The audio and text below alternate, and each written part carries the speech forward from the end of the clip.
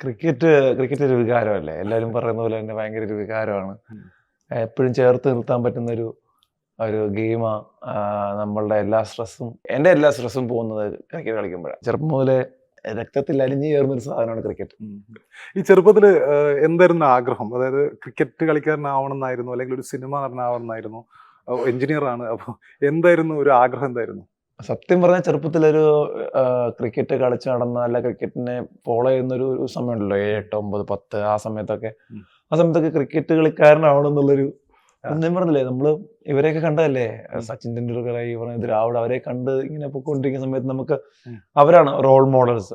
അപ്പം cricket കളിക്കാരനാവണം, cricket bat മേടിക്കുന്നു അല്ലെ ഉണ്ടാക്കുന്നു, അതിന്റെ പുറകെ ഫോളോ ചെയ്യുന്നു പോകുന്നു.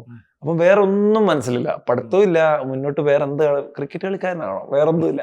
നമ്മളൊന്ന് ദൂരദർശനം കാണുമ്പോൾ നമ്മള് ഇപ്പം ഞായറാഴ്ച സിനിമയുണ്ട്, അല്ലെന്നുണ്ടെങ്കിൽ 4 മണിക്കത്തെ സിനിമ അല്ലെ, 4 മണിക്ക് സിനിമയുണ്ട്. അപ്പൊ അതൊക്കെ ഒരു സെക്കൻഡറിയാ. നമുക്ക് പ്രൈമറി വരുന്നതെന്ന് പറഞ്ഞാൽ ക്രിക്കറ്റാ. രാവിലെ തൊട്ട് തുടങ്ങും.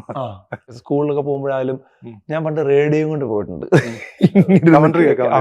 ഇന്ന് മൊബൈലില്ല, ഈ പറഞ്ഞ ഇൻട്രോല് വരണം, ഓടിപ്പോയി അടുത്ത വീട്ടിലുള്ള സ്കൂളിനടുത്ത് ഏറ്റവും അടുത്ത്, എനിക്ക് എപ്പോഴും ഓർമ്മ, അടുത്തുള്ള ഒരു വീടുണ്ട്.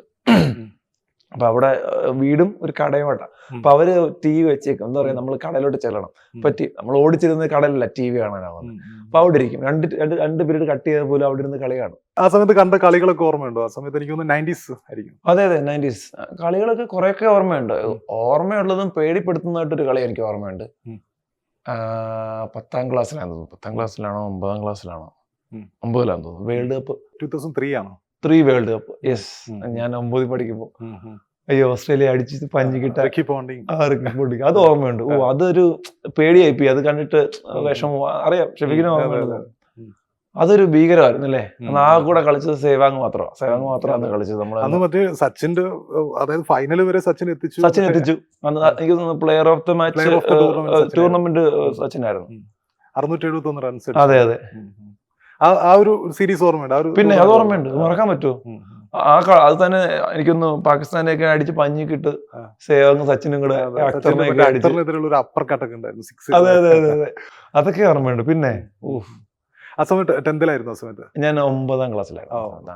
അത് എങ്ങനെ കളി എങ്ങനെ കണ്ടത്? അടുത്തുള്ള വീട്ടിലേക്ക് പോയിട്ടാണ്? ട്യൂഷൻ പോയി ട്യൂഷൻ പഠിപ്പിക്കുന്ന ചേച്ചി ഉണ്ടായിരുന്നു. അപ്പം ചേച്ചിയോട് പറഞ്ഞ, ചേച്ചി എങ്ങനെ കാണണം പറഞ്ഞു. വീട്ടിലറിഞ്ഞ സീനാ, പരീക്ഷയുടെ സമയം കണ്ട, എക്സാം അങ്ങനെ ട്യൂഷൻ കഴിഞ്ഞ അതിന് മുമ്പ് എപ്പോഴും അവരെ ഞങ്ങള് കുറെ 4-5 ആമ്പിള്ളേരുണ്ട്, ഞങ്ങള് ഇരുത്തി ചേച്ചിയെ കൺവിൻസ് ചെയ്ത് അങ്ങനെ ഓൺ ചെയ്ത് കണ്ട. എനിക്ക് ഇപ്പൊ ഓർമ്മ നിന്നാ കണ്ടത് ആ കളി, ആ ഒരു ഫൈനൽ.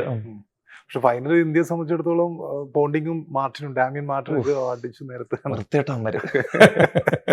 പക്ഷെ അത് ഒന്ന് പോണ്ടിങ്ങിനെയൊക്കെ ഇഷ്ടമല്ലായിരുന്നു പറഞ്ഞല്ലേ.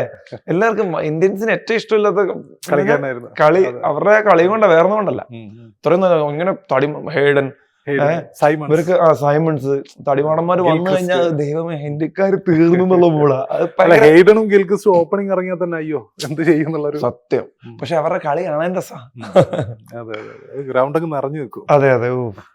ഇന്ത്യ നമ്മൾ ഇന്ത്യക്കാരായതുകൊണ്ട് അന്ന് പക്ഷെ നമ്മളൊരു കപ്പ് പ്രതീക്ഷിച്ചിരുന്നല്ലേ ശരിക്കും. പിന്നെ അത് ഉറപ്പിച്ചു, കാരണം പിന്നെ അത് അതുവരെ നന്നായിട്ട് കളിച്ച് ലാസ്റ്റ് വന്നപ്പോൾ പഠിക്കൊണ്ട് കാലം അടയ്ക്കുന്ന